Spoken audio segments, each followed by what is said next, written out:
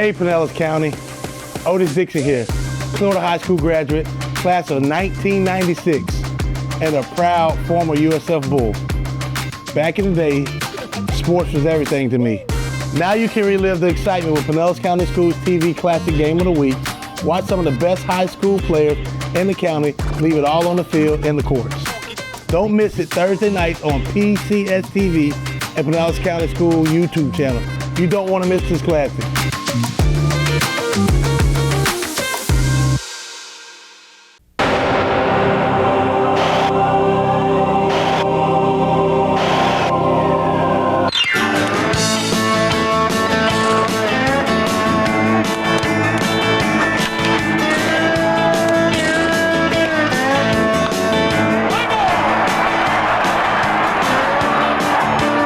Progress Energy Park, home of Al Lang Field, Bright House Networks, Channel 47, and the Game of the Week bring you the PCAC Baseball Championship as the St. Petersburg Green Devils play host to the Seminole Warhawks.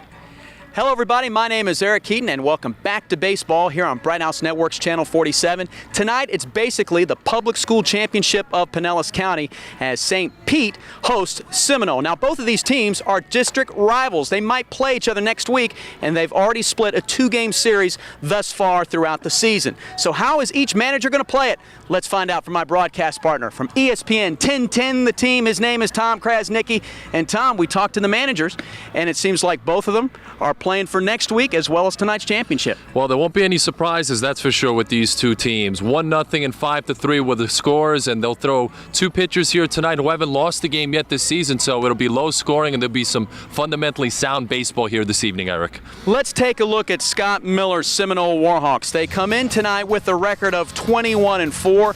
A couple of seasons ago, they were the 2001 state champions in Class 5A. They won the mythical national championship, undefeated. But this season, only 4 losses. As you said, Tom, they have split a couple of games, and the guy on the hill they have tonight is Adam Chappie. Adam is 5-0. He's got a great ERA of 1.4, fastball, curveball, changeup, your standard 3 pitches for a high schooler. He gets it up there in the 80s, and the key to him is locating his pitches. If he can do that, they'll do a good job. Now, according to Coach Miller, he says that Stephen Futch's St. Petersburg Green Devils always play the Warhawks tough. They have this season. You already mentioned the scores to you a couple of times. St. Pete comes in tonight with a record of 17-7. Won a tough match earlier this week against crosstown rival, the Barons of St. Petersburg Catholic. And the guy they send on the hill tonight is Cortland Chambers. Chambers 1-0, a 2.45 earned run average, Eric. Much the same way. He's not going to blow you away. Only 14 strikeouts in 22 innings pitch, but he gets the job done. He also induces a lot of ground balls. Somebody's going to win a PCAC baseball championship tonight. Find out next. The first pitch is coming up between Seminole and St. Pete.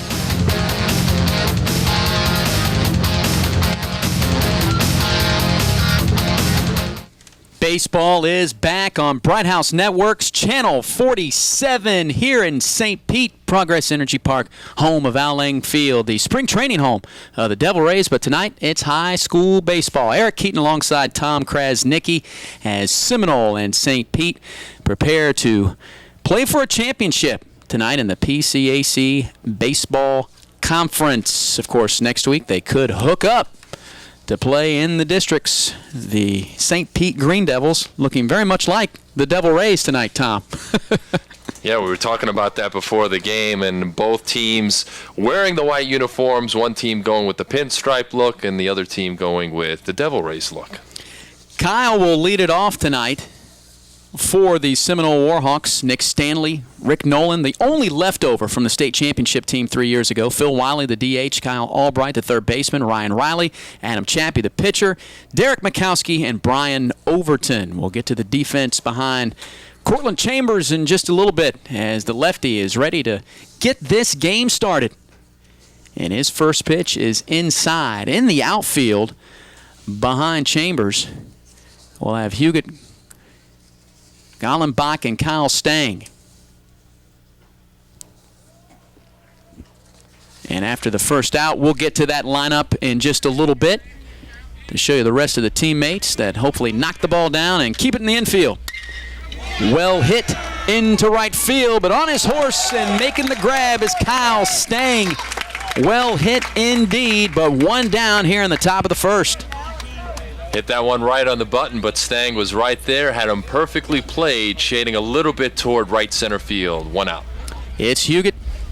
Gallenbach staying in right field. Around the horn, Vince Grasso, Dale Brannon at short. Ryan Luker, Scott Fogner is playing first base. Behind the plate is Mr. Brannon, Nolan Brannon, and short is his brother Dale Brannon.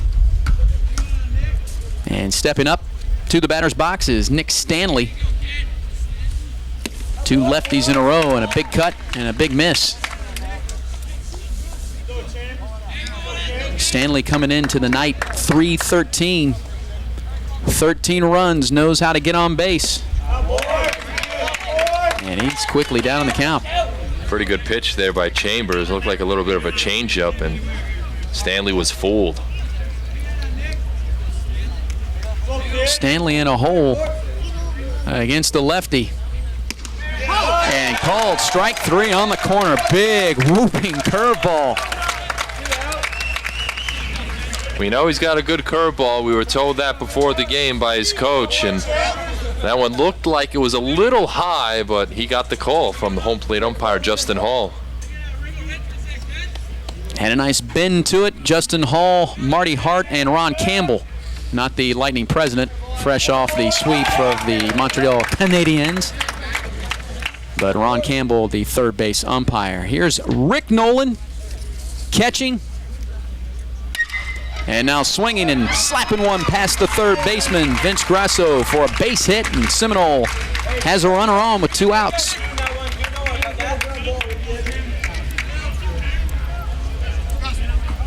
We talked to the coaches before the game, and they point to Nolan as one of their leaders, along with the guy who's stepping to the plate now, Mr. Wiley. Wiley steps in. Nolan steps off of first base, and he'll have a courtesy runner, Devin Mikowski, because Nolan is the catcher, and with 2 outs, and usually the catcher will go back in, get the gear on, help speed up the game. Seems to be a high strike zone tonight, and the players will adjust to it. As Phil Wiley takes strike 1, he's hitting for the shortstop, Sewell. Pitch does not catch the outside corner of the plate. Chambers not too happy with himself, coming in with a 1-0 mark, 1 save, 2.45 ERA. Mikowski gets his lead at first base, and he's going to be caught in a rundown. Throw down to second base is in time as Scott Fogner hits Dale Brannon. The pick is made.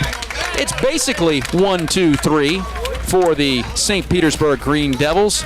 Phil Wiley will still have his turn at the plate. We'll take a break and come back and introduce you to the St. Petersburg Green Devils lineup right after this.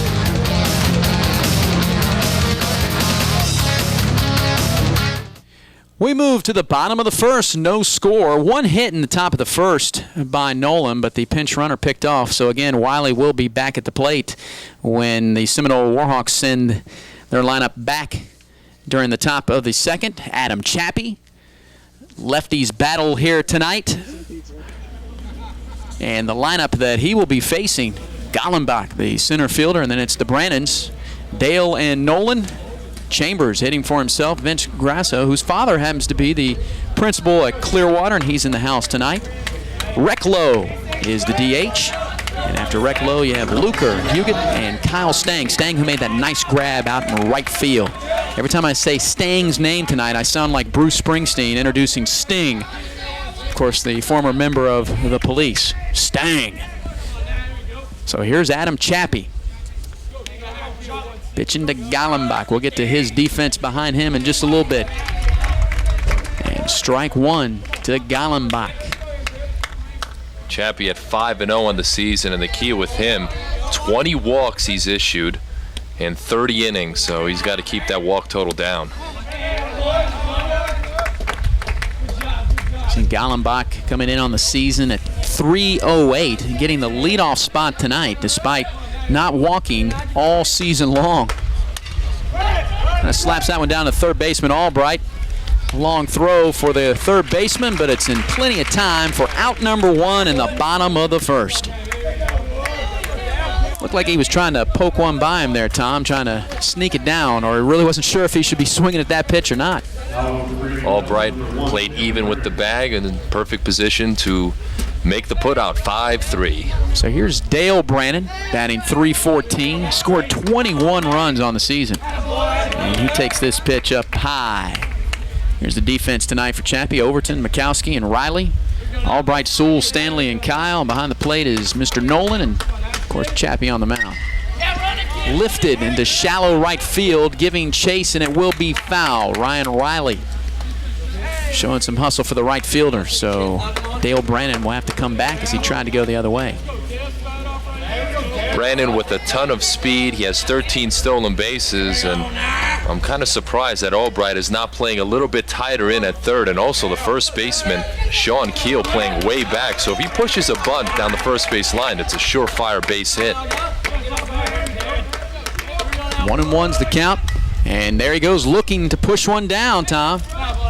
But it's fouled off, and he'll be in a 1-2 hole when he comes back to the batter's box. Obviously, with 2 strikes, a bunt is a remote chance of happening here, so he's probably going to try and swing away.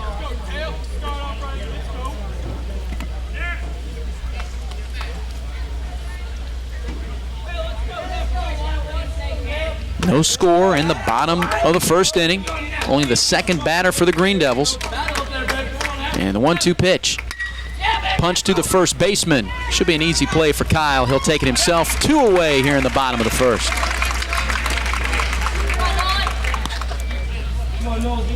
And one of only 2 seniors in the Green Devil lineup will come to the plate. Nolan Brannon, the catcher. A young lineup. 5 seniors in the batting order for Seminole, but 2 here for the Green Devils. As you take another look at Dale, hit it well, but right to Kyle. Nolan Brannon batting .333, 15 RBIs, knows how to put the aluminum bat on the ball, has only struck out 2 times all season long.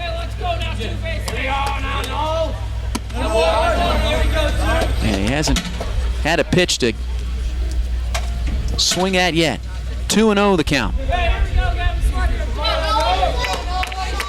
He's obviously very selective at the plate and has the old cliche, a good eye.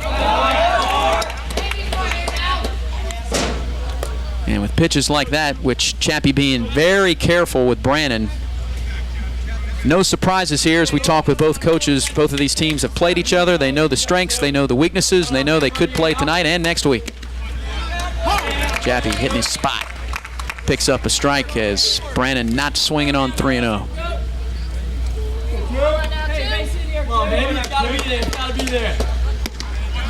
Strike 2. That was a beautiful fastball right on the outside part of the plate. He obviously doesn't want to give him anything really good to hit here. Lefty versus lefty. And strike 3 called. Looked at 3 straight balls, then 3 straight strikes from Adam Chappie. The 3rd strikeout for Nolan Brannon this year, but the 1st for Chappie. Sets down the Seminole Warhawks in order, or the St. Petersburg Green Devils in order. We'll go to another break, come back with the top of the second. We have no score.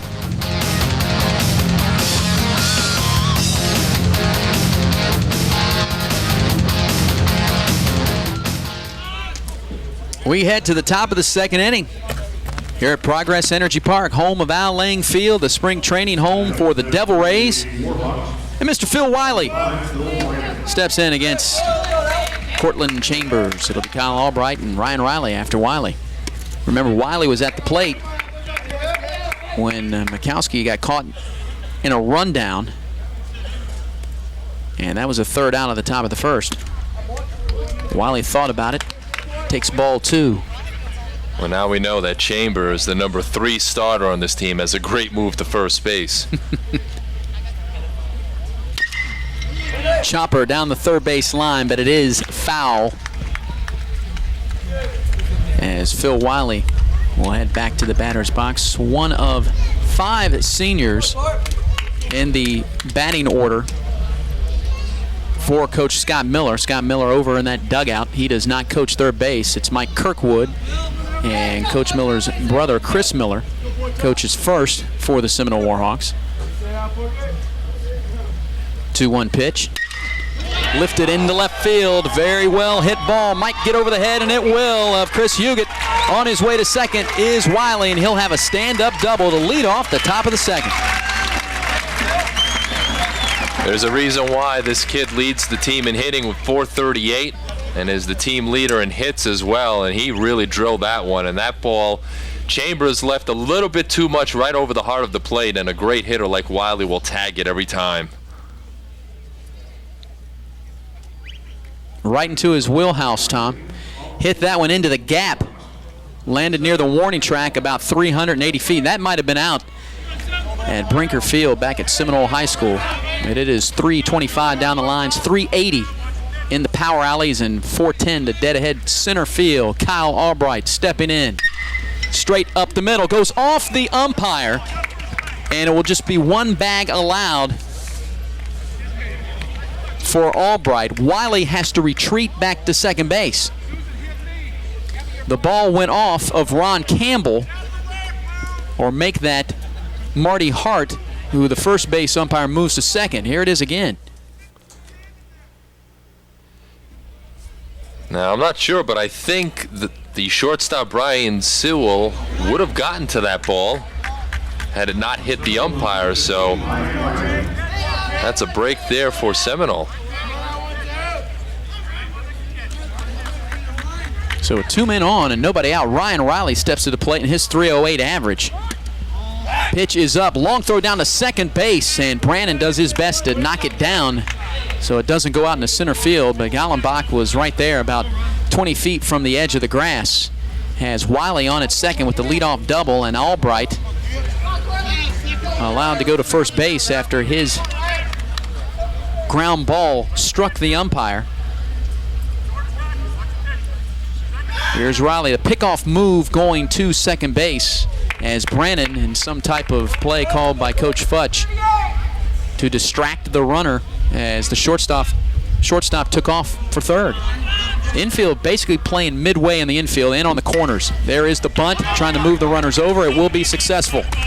The sacrifice will go 5-3. Riley's thrown out at first, but Albright and Wiley move up to second and third with one out. Textbook sacrifice bunt that time by Riley, perfectly laying it down, not too strong, not too hard, just enough touch and English on the ball to move up the runners second and third with only one out.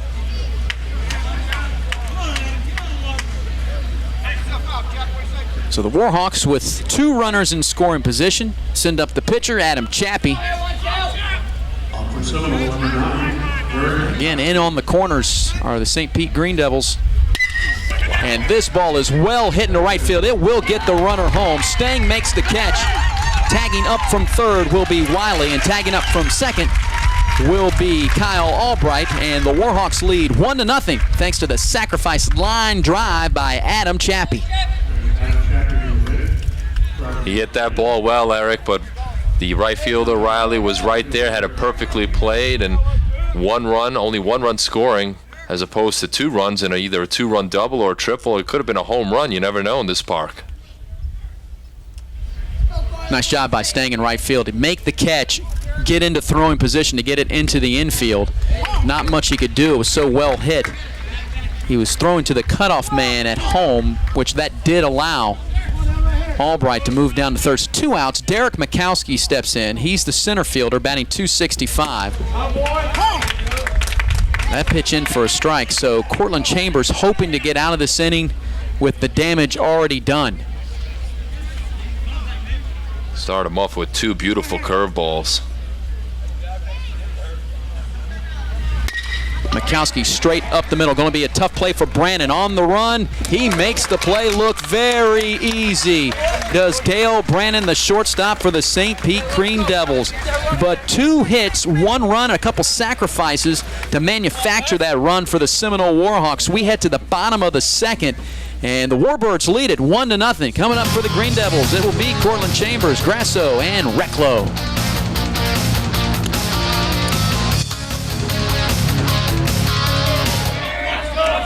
Here's Cortland Chambers for the St. Pete Green Devils. fouling one off almost back to us. You saw a shot of here at downtown St. Pete, about 3 miles away is Tropicana Field, and a resident of St. Pete, formerly of Northeast High School, and probably pitched a few times against the St. Pete Green Devils, Doug Wechter, taking the hill for the Tampa Bay Devil Rays. Well hit into right field. On his horse, going back is Ryan Riley. This ball will bounce on the warning track and get over as Cortland Chambers, he just blasted a ground rule double as he leads off the bottom of the second with a 2-bagger. That ball was hit a long way by Chambers. Came into this game with 2 home runs, and he'll come out for a pinch runner. Curveball, and unfortunately Chapin got it up, and Chambers tattooed it. Yeah, Chambers, he must have heard me talking about Doug Wechter and said, well, if he was pitching right now, this is what I would do.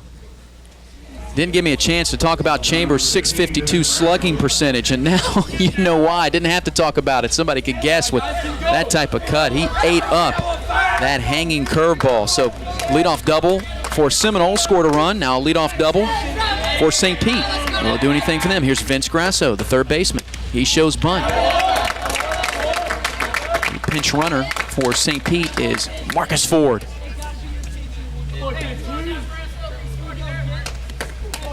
He's on his second now, the courtesy runner, rather. In a big secondary lead, showing bunt and committing, and that will be a strike on Grasso. Hitting .358, 2 homers and 19 RBIs. You would think he'd be able to get the green light, no pun intended, for the Green Devils and bring home Ford with his own power at the plate. Absolutely. Bunting here should not be an option. This kid can hit.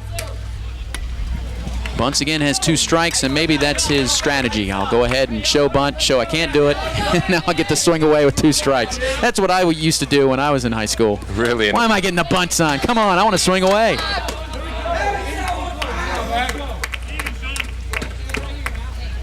Grasso just a junior.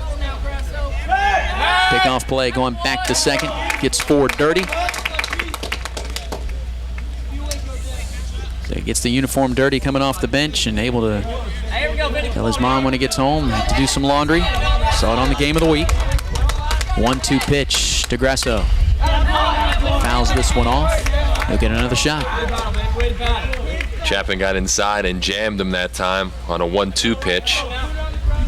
He's been working him away. He came inside that time. It'll be interesting to see if he goes away again with this one.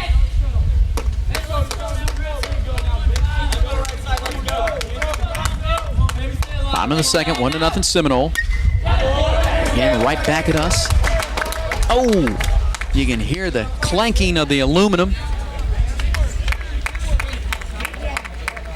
That one ricocheted off and glanced against one of the fans in the back, but she's okay. That's why you got to pay attention. I know. Good thing that net is there. 1-2. Another foul ball. If we had plenty of little kids here, they'd be having a field day. Unfortunately, a lot of the baseball moms are just moving out of the way. They don't want to get hit, or some of the student body from both Seminole and St. Pete watching some of their prom dates, future prom dates, ready to get out of the way. 1-2 pitch, 1 on, nobody out. Bottom of the second, 1-0 Seminole.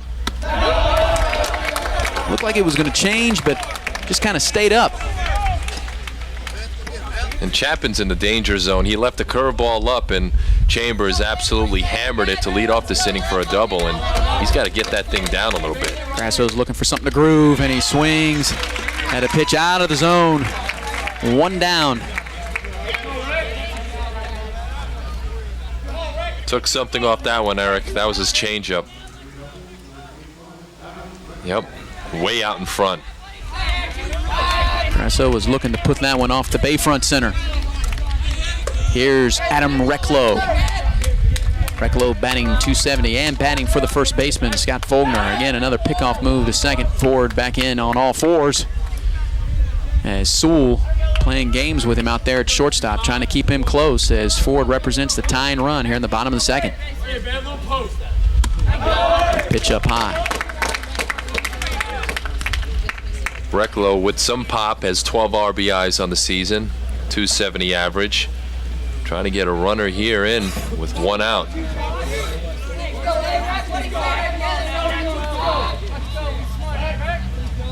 Chappie will step off and have a few words with his catcher, Mr. Nolan. And just taking a glance down at the pitching statistics for Seminole, team ERA of 1.323. And I know that says a lot for the coaching staff of Seminole, but also says a lot for the catcher. You have to have an outstanding backstop, and Rick Nolan has been here for the majority of his 4 years of high school. And I asked Coach Miller, anybody left from that state championship team, and it is Rick Nolan. He probably didn't get much playing time at all, but he learned a lot by watching that crew. And that's why he's one of the veterans and one of the guys that Coach Miller relies upon heavily. Recklow with a good eye up there. Waiting for something that he can groove and bring home that run. That pitch is up. So suddenly Chappie is a lot of his pitches are staying up. The one that stayed down up in the zone by Chambers was dealt out about 360 feet when it bounced over the fence. 3-0 pitch. Walked him. And that's been Chappie's Achilles heel all year long. 20 walks and just 30 innings of work. And he doesn't have good command of his curveball right now. It's getting away from him a little bit. I think his changeup has been a little bit more effective, and perhaps maybe Nolan and Coach Miller would emphasize the changeup to set up the fastball. So Billy Barber talking, the first base coach, talking to Recklow, bringing up Ryan Luker. And a meeting of the minds now for Seminole. Discuss some mechanics. Maybe not following through. Gripping the baseball too tight. Could be a number of things. Could just be location. And the location's not there, certainly for his curveball. And also nerves plays a lot into it. It is a championship game, although the district's coming up next week is a lot more important. But the TV cameras are here, and they're playing at Progress Energy Park. So a lot of these kids must feel some jitters right now. 2 on, 1 out. Ryan Luker fouls that one off. Luker coming in, the second baseman, just a sophomore, batting .311. 10 RBIs, 18 runs from the number 7 spot in the lineup. Able to knock a few in, too. The 1 pitch with runners on first and second. Fouls it off. So obviously, Chappie's gotten the ball down, shown a couple of pitches that Luker has liked, but fortunately for Chappie, they've been fouled off. 0-2. Runners at first and second. Again, the pickoff move. And Chappie fundamentally just throwing it back to his shortstop, Sewell, to make sure it doesn't end up in center field so the runners can advance. Recklow's on at first. Chambers, who led off with the double, has a pinch runner, a courtesy runner. It's Ford. Straight up the middle, coming in quickly, making the dive. An outstanding grab by Derek Mikowski. Holds the runners at first and second. That's a major league type grab here on this major league spring training field. Great play by Derek Mikowski. He went away. It was off the end of the bat. Mikowski took a step back and then came in and just made a beautiful shoestring catch. Nicely done.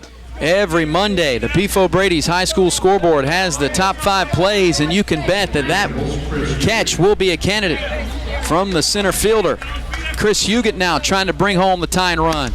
And the go-ahead run at first base, and suddenly Chappie got myself a good defensive play behind me and hits the outside corner for a strike. Chris Huguet batting .294, the junior.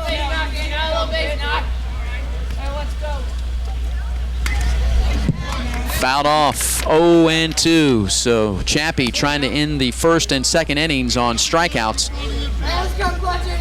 And strand 2, St. Pete Green Devils out there. It would be more than just the moral victory after the leadoff double. The 0-2 pitch. Staying alive is Huguet. He was just making sure he got bat on ball there. Very late on that swing. It was a fastball, and it'll be interesting to see if Chappie goes to his changeup here. He's had some really good control of at least that pitch. Ford on second. Recklow on first.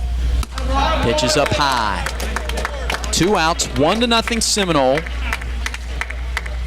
1-2 pitch due to Huguet with the tying run on at second. And the go-ahead runner on at first. Lifted into left field, will be foul. Overton cannot catch up to it, so it bounces harmlessly in the bullpen. So everybody goes back. We'll load up the pinball machine one more time and get ready to pull the trigger.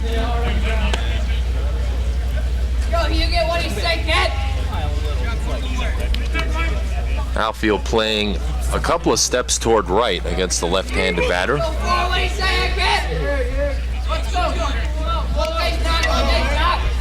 1-2 pitch. Struck him out.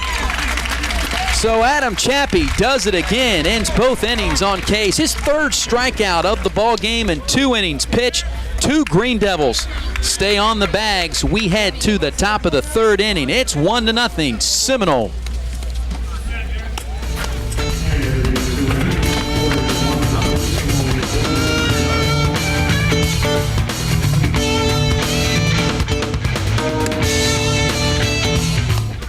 Welcome back to the top of the 3rd. Ground ball by Overton will be fielded nicely by Ryan Luker to Scott Fogner for the 1st out. As I take away one of the 2 outs from my broadcast partner, Eric Keaton alongside Tom Krasnicki, as we head to the top of the 3rd with 1 down. Let's turn over the play-by-play duties to my broadcast partner. Tom, I'm sorry, I cheated you out of one. Yeah, nothing we could do with first pitch swinging. Yeah, thanks a lot for that, by the way. We'll give it back to you in the 5th if something happens. Nah, that's cool. Okay. Sean Keel takes one pitch high, ball 1. Keel flied out his first time up. He's 0 for 1. Came in with a .420 batting average. He's Ty Cobb. You have to be amazed at some of these batting averages for high school kids, how they stay up there. Look at that, 22 runs scored, 18 RBIs. Swung on and missed. A ball and a strike to Keel. When you see that many runs scored, you know he's getting on base. Walked 15 times this year. That is a consummate leadoff batter. Took something off that one. 2 balls and a strike.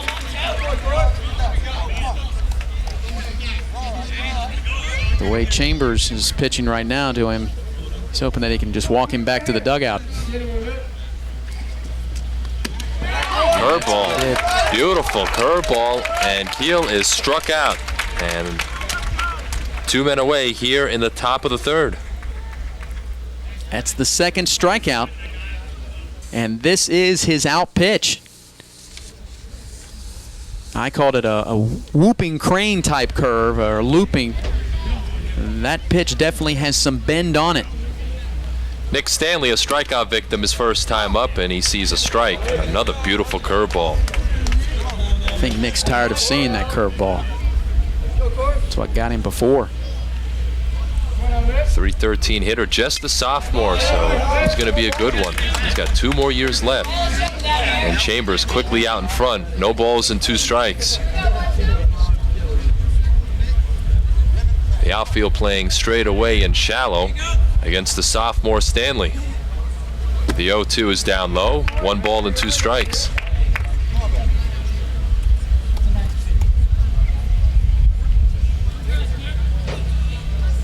Could be a very quick inning. Curveball hit in the air to center field. Coming over is Golombach, and he makes the catch. And an easy inning for Chambers. 3 up, 3 down. We head to the bottom half of the 3rd. Seminole 1, St. Petersburg nothing. Bright House Networks, Channel 47, Game of the Week. We'll be right back.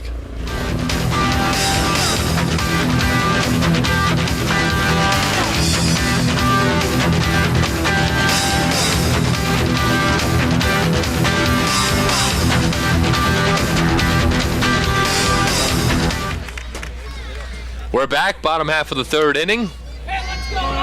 Kyle Stang leads it off, and he takes a curved strike on the inside part of the plate.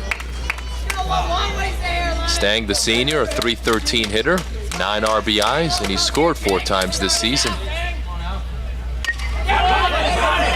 Grounded toward 3rd. Albright over to first, and there's quickly one away here in the bottom of the third.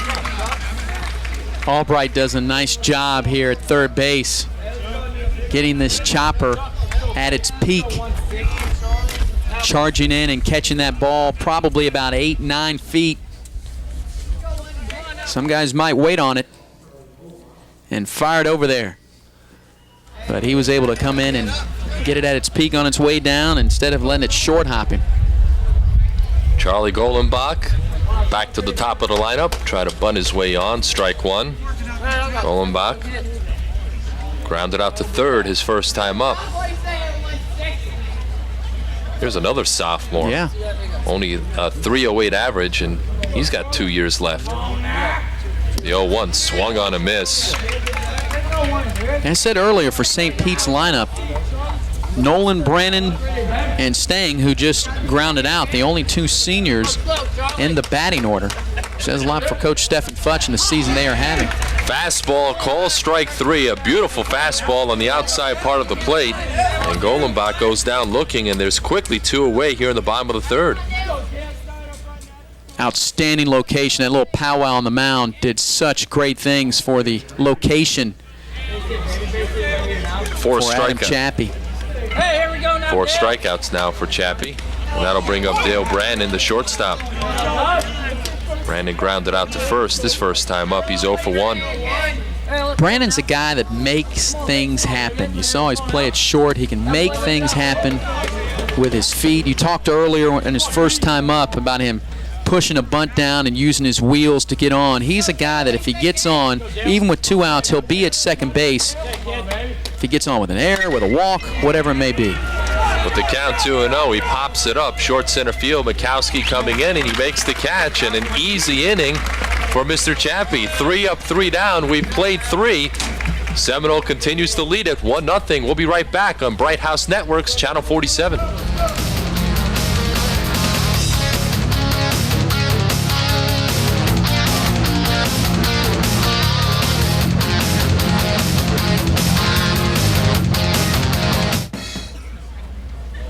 We head to the top half of the 4th inning. 1-0 the score. Seminole with the lead.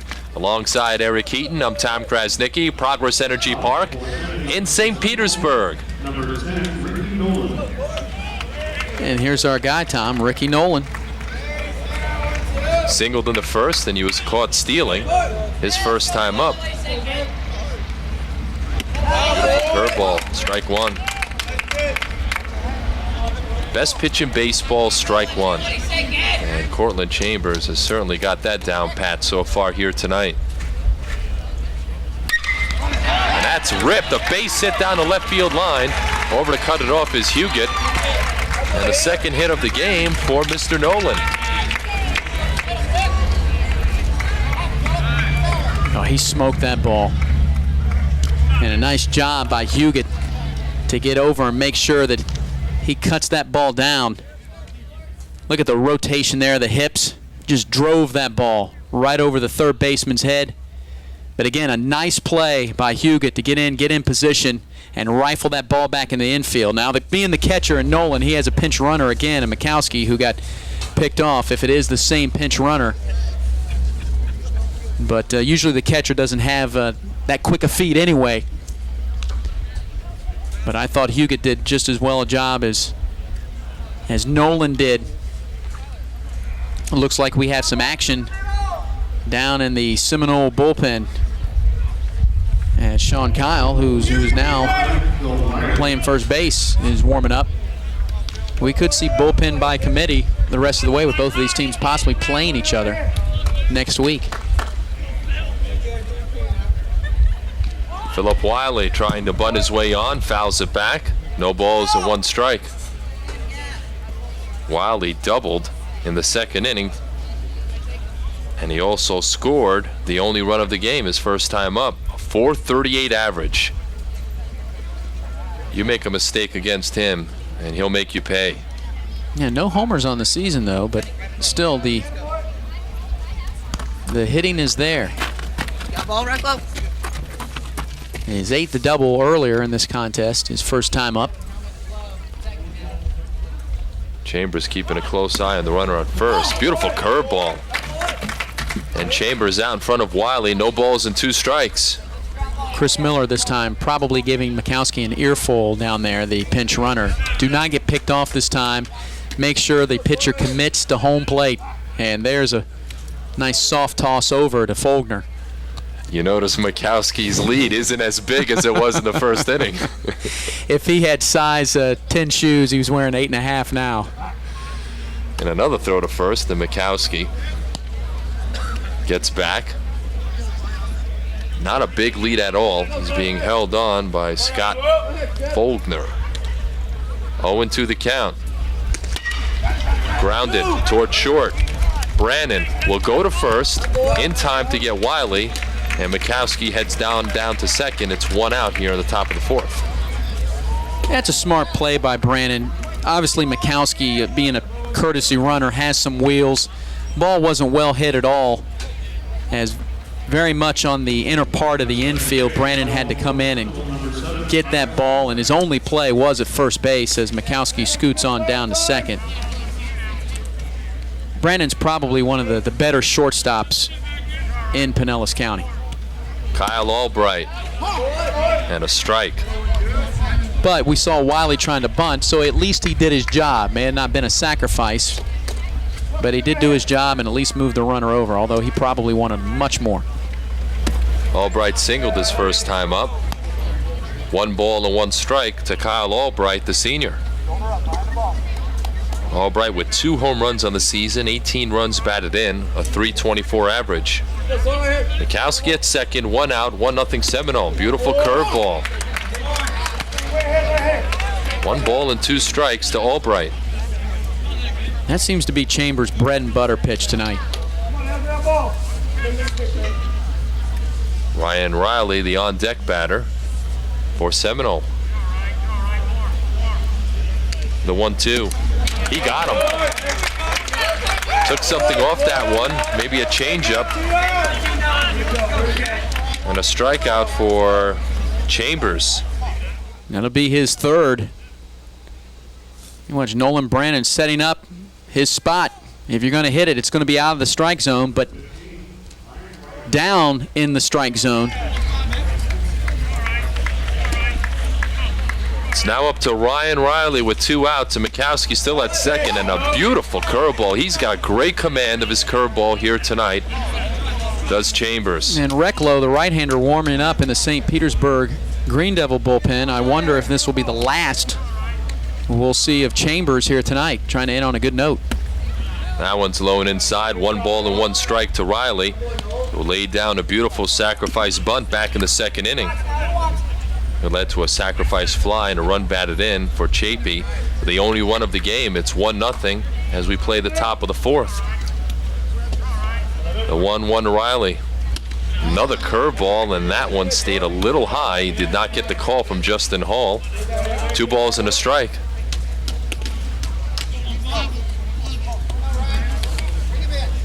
Center field again. Kallenbach playing in. And Riley trying to punch one out there. Count goes to 3-1. But then again, this being the 3rd meeting, both of these teams have been scouted by each other through 14 innings of baseball. Hitters count here, and it stays high, ball 4, and Riley draws a 2-out walk. It'll be 1st and 2nd with 2 out, and Chapey coming up. Remember, he had that sacrifice fly, actually a line drive out into right field that brought home the only run of the ball game. So even though he came in and kept wondering if this was a typo, had him batting only .091 on the season. If there is a Mendoza line in high school baseball, he's not even close, but he had such a great swing his last time up. That curveball got away from Chambers. 1 ball and no strikes. Certainly didn't look like an .091 hitter on that line drive. Well, pitching probably doesn't get up much, so his average is skewed just a bit. Swung on and missed. 1 ball and 1 strike to Chapey. Now Chambers wants a new baseball. He's going to Jim Palmer and milk this one a little bit while he's on TV. Remember that time Jim Palmer had about 9 or 10 baseballs, said, nah, this is not the one I want. 1-1 the count. 2 on, 2 out, top of the 4th.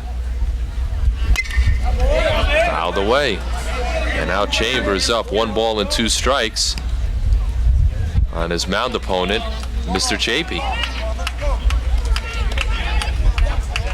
Mikowski, the runner on second. Riley's on at first. The 1-2. Barely got a piece to stay alive. You could tell that he was just trying to make contact. That this was not going to be the same type of swing that he line drive that ball in the right field that brought home the only run in the top of the 2nd. Chambers definitely had his pitch and had Chappie fooled. Again, the 1-2 to Chapey. Line drive foul, and he stays in there. Well, even though it's only 1 and 2, he's doing a good job. It's a quality at bat. He's fouling off pitches. He's just trying to make contact. He knows his teammates will be running at the crack of the bat. Curveball, and he had Chapey leaning away, and he almost got that call. That was a knee buckler. I think my knees were buckling even up here. I thought he was going to get hit. 2-2 the count to Chapey. 1st and 2nd, 2 out. Deuces are wild. Popped up. Shallow center field, the shortstop, Brannon, going out. And he makes the catch, and that will do it. Check that, no runs, 1 hit, 2 were left on. After 3.5 innings of play, Seminole continues to lead St. Pete 1-0. We'll be right back right after this on Bright House Networks, Channel 47.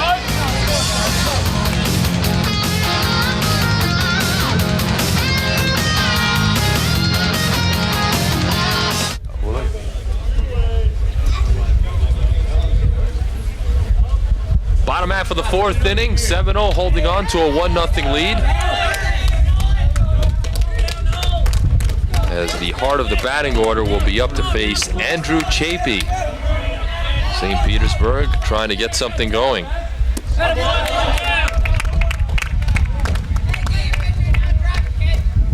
Nolan Brannon looking for a better at bat than the last time. Got caught looking. Brandon 0 for 1. He got jammed. He popped it up first base side. Oops. And it drops in. A miscommunication. Kyle and Riley converging along with Nick Stanley, the second baseman, and nobody took charge.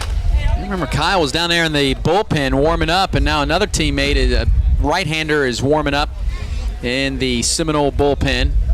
I'm not trying to make any excuses, but the 3 teammates did start to converge and maybe some footsteps, but let's see if it haunts Seminole here to start the bottom of the 4th. The 1-1. Strike call at the knees. 1 ball and 2 strikes. That's a fine pitch by Chapey. I guess he says, well, I got to go do it myself. Ball and 2 strikes to Nolan Brannon. Let's go, babe. Got to protect base in here. Come on. Yeah, run. Fastball was swung on and hit foul. Brannon got around on that one. Count remains at 1-2. Brannon will be followed by Cortland Chambers and Vince Grasso. 3, 4, and 5 in the St. Petersburg batting order.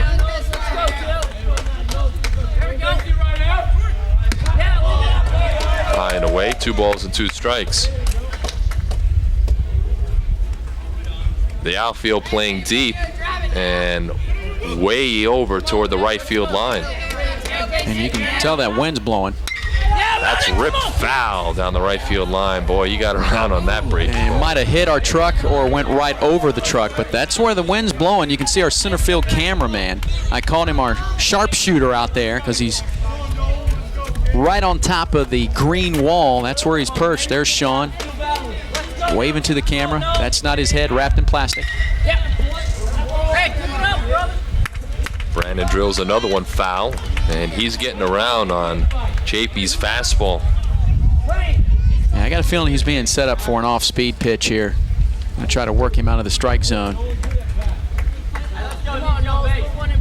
Need some new baseballs to the plate. But yeah, the American flag and is really gusting up a nice little breeze out there to right. And that's not taking anything away from Cortland Chambers when he blasted that one over the fence on a hop.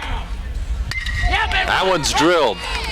right center field, but the center fielder Mikowski's there to make the catch. One away, and it was hit hard. Boy, but Seminole had him played perfectly, and we stated at the top of the telecast that both of these teams had played each other already, and you know that they've scouted each other getting ready for district play, and I don't think Mikowski had to move 1, 2, 3, 5, 6 steps over. Maybe the wind held that one up, or it wasn't as hit as well as we thought it was.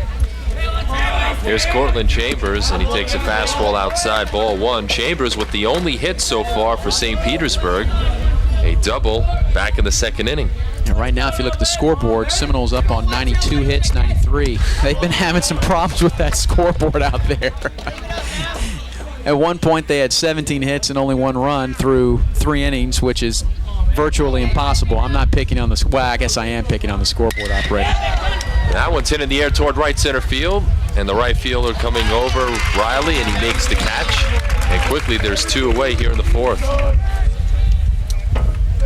You know, despite both teams, and this is not taking anything away from the pitchers that we have tonight, but you know, in high school baseball, you have your ace, you have your number 2 guy. We're seeing number 3 pitchers tonight, but both of these teams' pitching staffs are really setting up nicely with this low-scoring game for next week's district action. It's going to be tougher on St. Pete because they don't have a bye like Seminole. Even though they are the number 2 seed, they have to work their way harder into the championship, and Seminole gets to sit back and wait for their opponent. 1 ball and 1 strike to Vince Grasso, who struck out his first time up. One of 4 strikeouts by Chapey. Breaking ball, line foul down the left field line. He was way out in front of that one like he was when he struck out. His hand's a little too quick right now, as he's been kept not really off balance.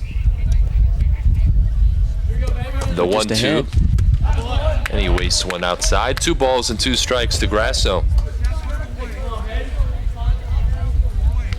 If he should get on, the DH, Adam Recklow, would be next. Swung on and missed. Fastball tied him up. The 5th strikeout for Chapey. 3 up, 3 down. We've played 4 innings. Seminole 1, St. Petersburg nothing. On the Bright House Network's Channel 47 Game of the Week. We'll be right back.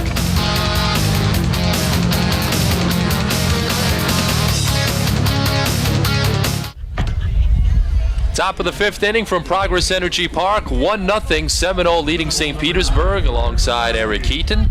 I'm Tom Krasnicki. The Pinellas County Championship game. Bright House Network's Channel 47 Game of the Week. Derek Mikowski leads it off, and he takes ball 1 from Cortland Chambers. Mikowski grounded out his first time up back in the second inning.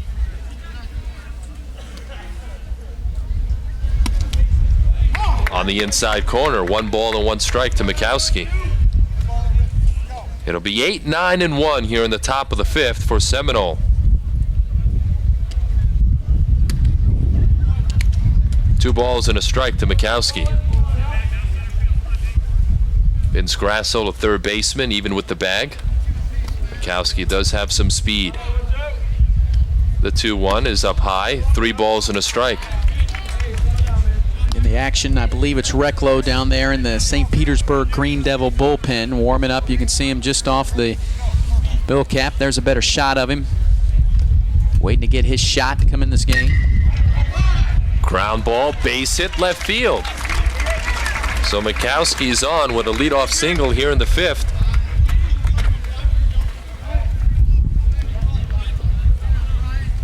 Well, that's what you want, the leadoff guy to get on. It's happened. In 3 of the last 4 innings for the Seminole Warhawks. Of course, that's when they scored their only run the first time they did it in the top of the 2nd. See if Overton tries to send him on over with the sacrifice.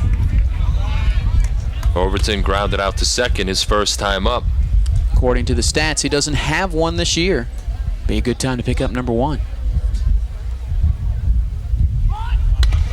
Squares around and he bunts it foul. No balls and a strike.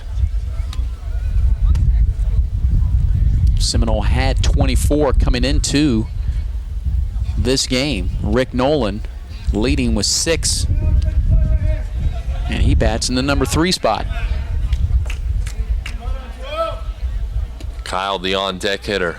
The 0-1 is bunted in front of the plate. Chambers goes to first. Sacrifice successful. Mikowski goes down to second, and there's one away. Well, that's what you want to do with Seminole. You're playing small ball. They can hit it into the gaps, and they know how to manufacture runs as well. That's how they've won 21 games. As I said, a nice time to pick up your first sacrifice by Brian Overton, and 15 games played, and that'll bring up the leadoff hitter.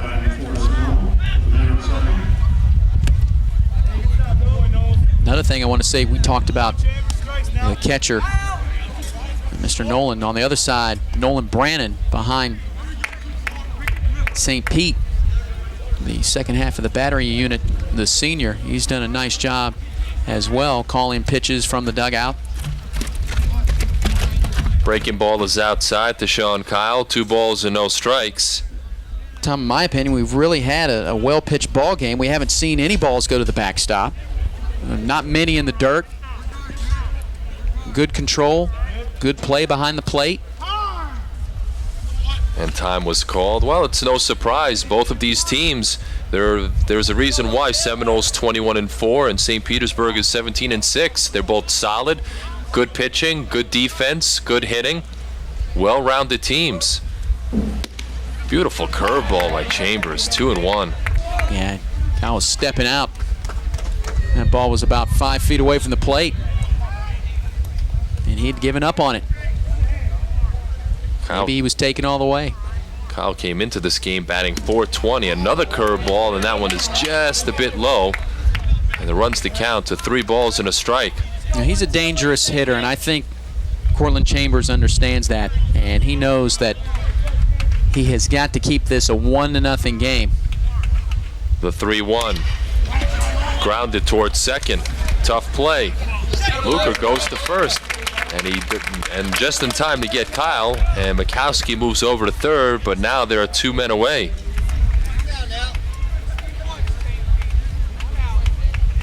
And the defenses have done their job here. And this ball, not a very easy play for the second baseman. A chopped ball up toward the middle, moving to your right, having to stop, plant that foot, and throw out a leadoff man that you know has speed. But he made the good throw to get the out. It's up to Nick Stanley now, the sophomore, and he takes a curveball in the dirt for ball 1. Stanley 0 for 2 on the evening. Struck out in the first, flied out in the third. Recklow no longer warming up. He's either in the bullpen ready to come out pending this batter, or he'll be hitting the next inning. Stanley with a bunt. How about that? Pratt to first, not in time. Brandon could not throw him out. Scoring is Mikowski, and it's 2-0 Seminole. How about that? Beautifully executed bunt. Nick Stanley, just a sophomore. This is a senior type play. You can't put the bat on the ball and place it right on that soft grass. Look at the English as it moved over to the left just a little bit, and that's not a bad throw by Nolan Brannon at all. For him to stop, slide, and make a decent throw over to first. If Nick Stanley has half the speed, if he has my speed, he's thrown out by a mile. But he had some wheels on him, and scoring from third, Mikowski, he was ready. He knew what was coming. A great call by the Seminole dugout. Ricky Nolan. Fastball on the outside corner. 1 ball to 1 strike to Nolan. Singled, caught stealing in the first. Single in the fourth. He's 2 for 2. Shut him down there now, 1-2. Stanley with a modest lead at first. Go ahead. The 1-1. Swung on and hit just foul down the left field line. 1 ball and 2 strikes is the count. You had Stanley running with that pitch, and anything going into the gap with the wheels that he showed, he's probably going to make this game 3-0. Nolan trying to go 3 for 3. Go, Carla. What do you say, kid? Ball and 2 strikes to count to Nolan. Let's see if Stanley goes here. He doesn't go. Great play, a ground out right to first, and Fogler steps on the bag, and that will do it. But One run crosses the plate on 2 hits. There was 1 left on. We head to the bottom of the 5th. It's now 2-0 Seminole over St. Petersburg. We'll be right back on Bright House Networks, Channel 47.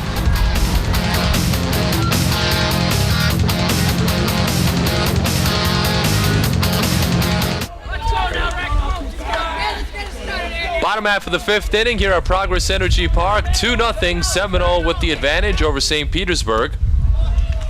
Adam Recklow leads it off. It'll be 6, 7, and 8 for St. Petersburg as they try and get something going here off Adam Chapey. Adams batting for the first baseman, Scott Fogner. Fogner, one of the few members from the St. Petersburg Green Devils that gets on our website and posts, gives us updates about his team. I encourage every high school athlete out there, sometimes when your team is covered, it has a lot to do with how much you input information to the sports director of Bright House Networks 47. That being me. That one's drilled deep to left field. It's going to be over the head of Overton and into the corner. Extra bases. Recklow will cruise into the second with a stand-up double to lead off the bottom of the 5th.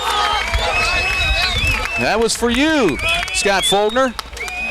Little applause for Recklow. Recklow just reached out and grabbed this ball into left field. Just jerked it. That looked like it was all wrist or all arm action.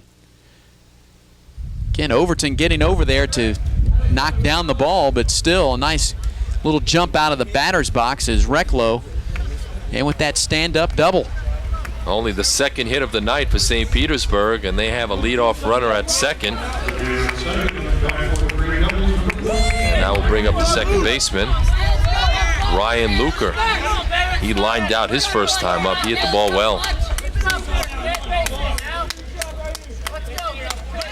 Squares the bunt, lays it down in front of the plate, bobbled initially by Nolan, but he throws to first in time to get Luker. Sacrifice successful. Recklow goes to third with 1 out.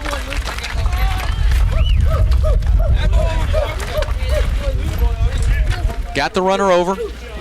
Coach Futch, that's what he wanted. Wanted to make sure that Luker could move the guy up 90 more feet. Now it's up to Huguet. Put the bat on the ball. Maybe get our first pass ball, wild pitch, bring home that run. Fastball on the outside corner, strike 1 to Huguet. He was a strikeout victim his first time up. Chapey has struck out 5 so far this evening. The 0-1, he jammed him, and he fouled it back. And Chapey quickly in front, no balls and 2 strikes. Tom, the middle of the infield playing back, so they're going to allow Recklow, if a ball is hit to the middle infielders, more than likely Recklow will score from third base. Snap throw to third, and Recklow gets back. Ricky Nolan keeping him honest. And Nolan with a nice arm, just keeping Recklow honest at third base. I don't think Recklow is going to get a very big lead. A ball and 2 strikes. Swung on and miss, he got him. Beautiful breaking ball. And he had Huguet lunging out in front of the plate. Strikeout number 6 for Chapey. Yeah, Huguet knows that he just did not get a quality swing here at all. Fooled on that pitch. Now it's up to Kyle Stang, the senior, who grounded out his first time up. 1 ball and no strikes. Stang can make all right fielders or former right fielders proud here by bringing in the first run of the ball game for St. Pete and make his bench mates proud, because if he gets on, the top of the order comes back and it's just a 1-run game. The 1-0 is fouled away.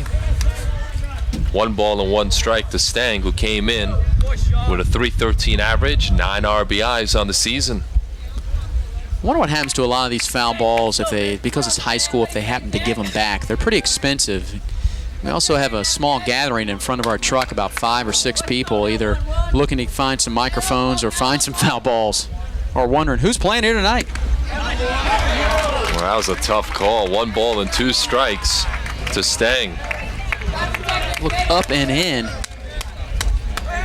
But Justin Hall says, I like it for my strike zone. Stang's going to have to hit that pitch if it's there again. The 1-2 from Chapey, up and away, 2 balls and 2 strikes. Recklow began the inning with a double down the left field line. Luker sacrificed him to second, but Huguet struck out. And it's all up to Stang with the count 2-2 with 2 outs. Deuces are wild. Yeah, run it. Ground ball in the hole. Tough play. Kyle with the flip. And he's out at first. Tough call. Very, very tough call, and that will retire the side. A great job by Chapey getting over. And once again, St. Petersburg is denied. After 5 innings of play, it's 2-0 Seminole. We'll be right back on the Bright House Network's Channel 47 Game of the Week.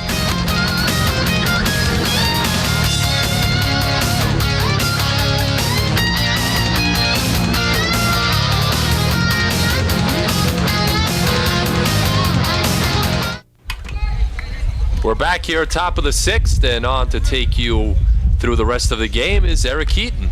All right, Tom, here we go. We have ourselves a good-looking ball game, 2-0. Here in the top of the 6th, Seminole on top. They are at the plate. Phil Wiley, he's 1 for 2 as a double, and he's scored. And Cortland Chambers looking to find that strike zone once again. Recklow back in that St. Petersburg Green Devil bullpen, keeping loose. Cortland Chambers pitched a pretty good ball game. Oof. And that pitch, he might be getting tired. That was way out of the strike zone. Brandon was almost standing up for an intentional walk. He's had great control of his curveball so far here tonight. But as we head to the 6th, maybe he's slowing down a little bit. Yeah, he's a ball away from walking the leadoff hitter. And he did it. The leadoff man is walked in 4 pitches, and that'll bring up Kyle Albright as Wiley is on for the 2nd time tonight. And we could be getting the pitching change here. And it will be a pitching change.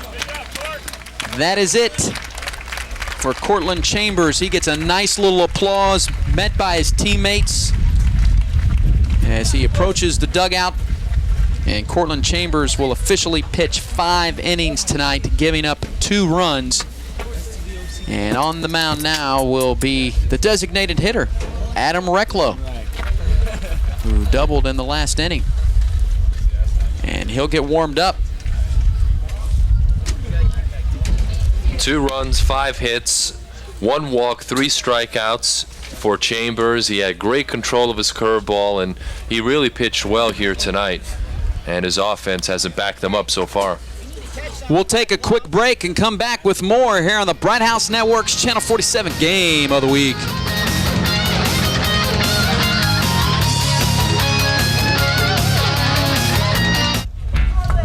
Welcome back to Progress Energy Park, the home of Al Lang Field here in St. Pete, the spring training home for the Tampa Bay Devil Rays. But tonight's home for the PCAC Baseball Championship, high school baseball. Eric Keaton alongside Tom Krasnicki.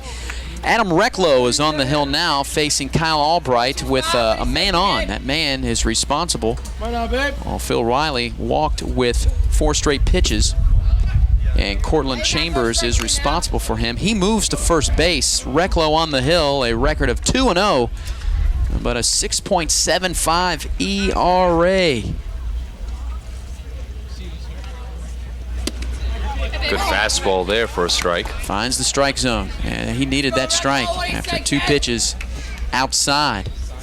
Everybody else is the same defensively and in the Seminole lineup that we've been informed thus far. Lined down the right field line, but it is foul. Vogner is out of the game for St. Petersburg, and Courtney Chambers is now the first baseman, and Recklow is the pitcher. So Kyle Albright with a 2-2 pitch, awaiting this at bat. 1 for 2, singled in the 2nd, and struck out his last at bat. Strikes out this at bat. That was a beautiful pitch that time by Recklow. And Albright gonna hang on to that helmet. Looked like a slider there. That looked pretty nasty from up here. And Albright will probably tell you And he swung at a very bad pitch, but it was a good-looking pitch from Recklow. Riley showing the bunt. Why not try to manufacture another run, get that third run? Only 2 hits on the night allowed by Adam Chappie for the Seminole Warhawks. Still a well-pitched game by Cortland Chambers. Now Recklow relieving him. It's a little low and outside. Vince Grasso, the third baseman, playing in on the grass against Riley. Riley, no official at bat tonight. He sacrificed and walked. Came in hitting .308. And he takes ball 3. After Riley, it will be Chappie, then Mikowski and Overton. These 7, 8, 9 hitters. It's 4, 5, 6 to start the 6. And Riley now, will he get the green light? No way, but he watches a perfect pitch. Most high school kids are not going to be given the green light. Only one that I can remember ever given the green light for the Seminole Warhawks when it was 3-0 would have been a kid by the name of Casey Kochman, was the Gatorade Player of the Year. Runner goes. This ball hit toward the second baseman. Will get the man over. As Luker had a tough time with it, kind of almost rolled up his arm, but he's able to control it and throw to first for the second out of the inning. But Wiley moves over to second.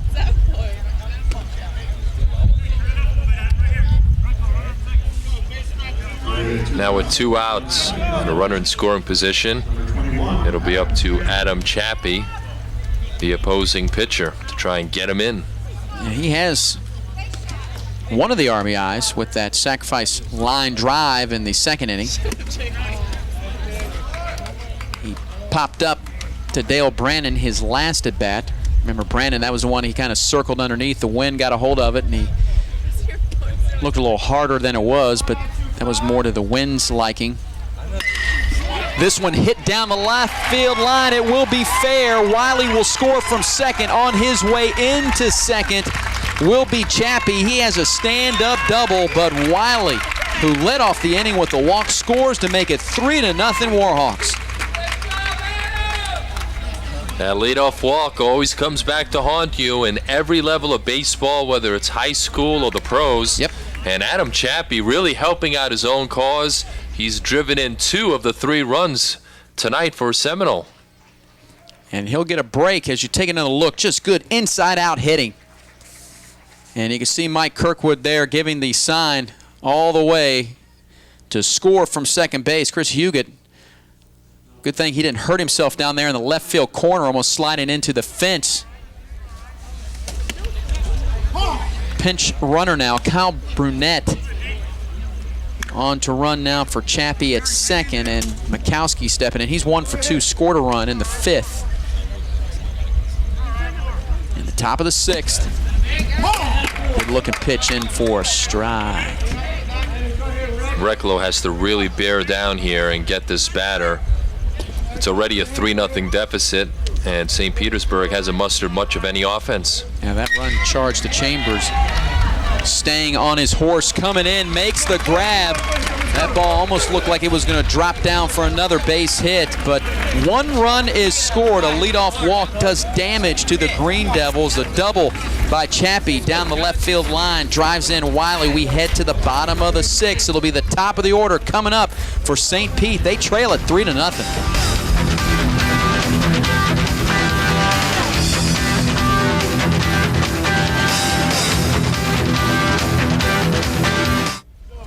New pitcher taking the hill for the Seminole Warhawks. Chappie's night is done. Why not? He pitched 5 strong innings. Only gave up 2 hits, no runs. Drove in 2. And Kyle is on the hill now for the Seminole Warhawks. He comes in with a 1-1 record and 2 saves, trying to notch save number 3. Hit the other way by Gallenbach, and he'll be out number 1. Again, Albright for the second time tonight throws over for the out. You know, at some point we have to go back to that play that ended the bottom half of the 5th inning on Stang's bunt in front of the plate. Oh, actually it was the grounder to first. And it looked like he clearly had that one beaten out, but the first base umpire, Marty Hart, didn't think so. And that cost him a run. That was the end of the 5th inning. Right when we took a look at the replay, I'm pretty sure some of the Green Devil advocates said, "Oh, the graphics right in the way. I can't see the bag." Hit well in the center field. The wind will hold it up, though. I guess it wasn't hit that well. Mikowski catches it. Dale Brannon retired for out number 2. 2 quick outs by Kyle here, and that brings up the number 3 hitter, Nolan Brannon. So Coach Stephen Futch over there at third base looking to get some base runners.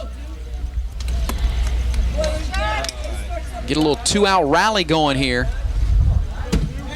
for his St. Petersburg Green Devils. The catcher tonight 0 for 2, takes a strike, struck out in the first, flew out in the fourth. He had his on-base streak earlier this week against St. Pete Catholic, was on 4 times. Hasn't been on tonight. By the way, Adam Chappie, 5 innings pitched, no runs, 2 hits, 1 walk, 6 strikeouts, a very solid performance. Count now 1-2 to Nolan Brannon. Make that 2-2 to Nolan Brannon. Kyle. Brannon will get another crack at it. He came inside on him that time, really handcuffed him.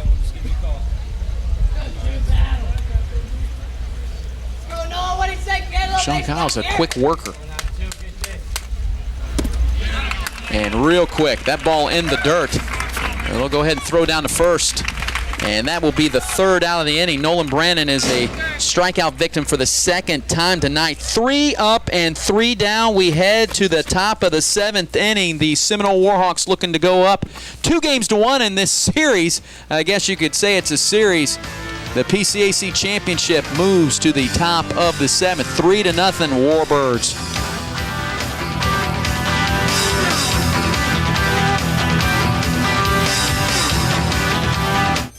Oh, the top of the 7th looms as the St. Pete Green Devils have to keep the Seminole Warhawks off the board.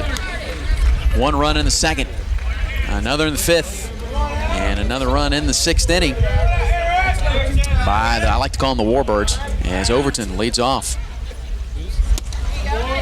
Overton 0 for 1, sacrificed for the first time this season back in the 5th inning. He's now down in the count 0-2. Against Recklow. Recklow seems to be getting better as each time he winds up, throws to the plate. He seems to throw hard, and he's got a good curveball, but you're going to like this one about Overton, Eric.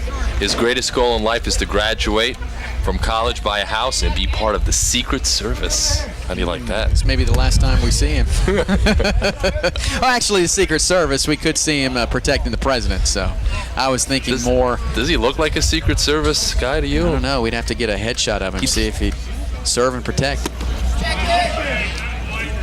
Or we'd have to see, as they check down first, enough of my joking around, to see if, ask Coach Miller how many times he's been thrown at this year and if he's taken one for the team.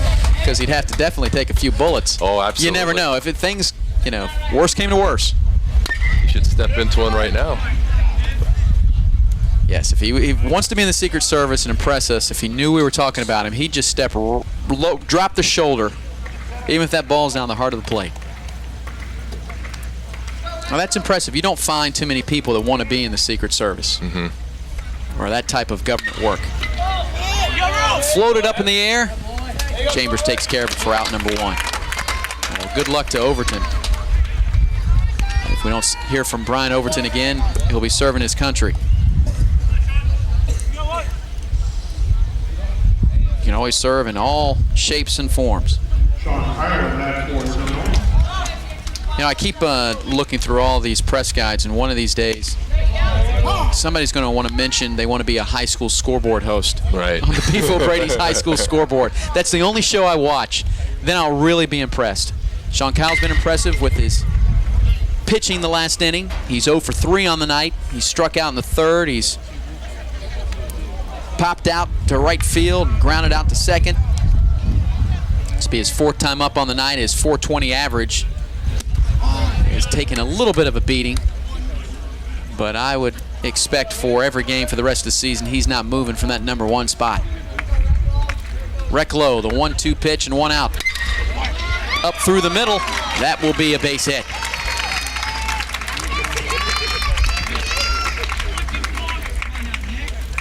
Seventh hit of the evening for Seminole, and they have a 1-out base runner, and that'll bring up Stanley, the second baseman.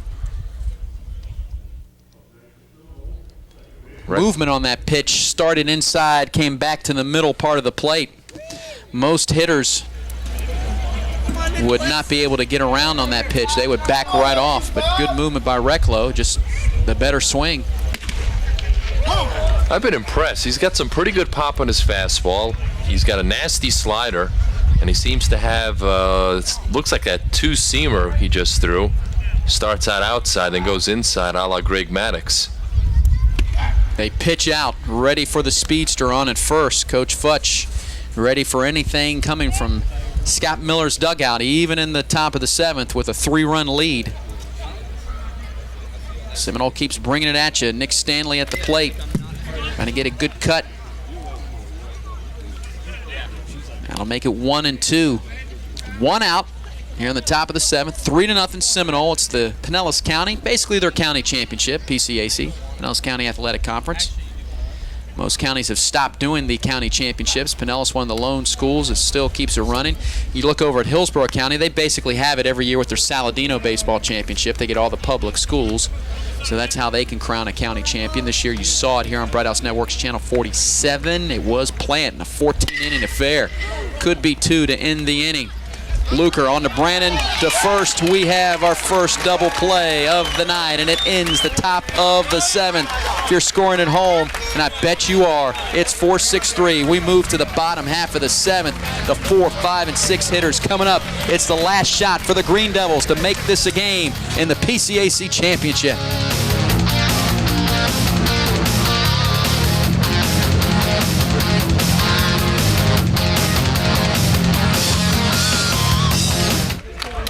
Eric Keaton and Tom Krasnicki with you. Bright House Network's Channel 47 Game of the Week, bottom of the 7th. Seminole has a 3-0 lead over the St. Petersburg Green Devils. Cal trying to save this baby for Scott Miller, though improved to 22-4 if he can do it. But against their district foes, the number 2 seed, and they just need 3 outs. And Kyle's got to throw some strikes here. He doesn't want to walk the leadoff guy. That's Cortland Chambers. He's being very careful with Chambers because Chambers at .652 slugging percentage, almost a .500 on base percentage. Got a nice little swing. He's 1 for 2 with a double. Pitched a little bit tonight for 5 innings. He's the pitcher of record for St. Pete. But he's got a mean stick. And that's a good example of that mean stick. If it's fair, it's gone. It's a foul ball. Oh! Wow, he really got around on that one. And with the wind blowing out, that baby got out of here quick. That couldn't have been fouled by much. Marty Hart having to make his second tough call against St. Petersburg in this game. Well, Chambers has 2 dingers on the season. You could tell Nolan wanted that pitch way up. Anything close to the strike zone, unless Chambers falls asleep, is going to be put in play. Badly And he must have fallen asleep. That one's a little low for him, and he was fooled. 1 out. So a good example of his power, but also his impatience as Kyle gambled there, went out of the strike zone, and got the first out of the inning. Looking around Progress Energy Park here this evening, looks like a nice crowd on hand. Maybe rivals something that the Devil Race might draw. When you're comparing pro with high school. Yes, absolutely. Vince Grasso, he needs to get the ball in play. He's 0 for 2. He will get it in play, but it will go down as out number 2. And the Green Devils are down to their final cuts. A well-played ball game tonight for the PCAC Baseball Championship. In the field, at the plate, strategy, close calls. We almost had a home run hit. Balls to the fence. Well played in the outfield. Can't say enough about the catchers. And as you mentioned during the break, Eric, it's very rare when you watch a high school baseball game and find no errors from either side. I mean, something. A ball in the dirt.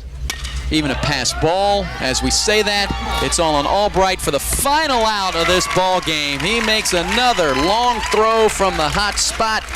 3 up, 3 down in the bottom of the 7th. The Seminole Warhawks, for the first time since the mid-90s, get back into the championship circle as the PCAC champions for 2004. Our final score, 3-0. Seminole wins it. They improve to 22-4. St. Petersburg falls to 17-8. And who knows, Tom, these two teams could meet again next week in the district championship. We could see it next week, and we saw 2 very good pitchers, the number 3 pitchers from either side. It was a well-played game. Adam Chapey improves to 6-0. He helped out his own cause, drove in 2 runs as well. So both of these teams were very impressive here tonight. Chambers gets the loss, and Kyle gets the save. Well, that's going to do it. Make sure you go to our website at BrightHouseNetworks47.com. We'll tell you where we will be next Friday for the game of the week. It is district championship night. We're going to pick one of the best available matchups for Tom Krasnicki, our director tonight, Adam Westridge, our producer, Scott Epstein, and the whole broadcast crew. My name's Eric Keaton. We'll see you next Friday on the Game of the Week.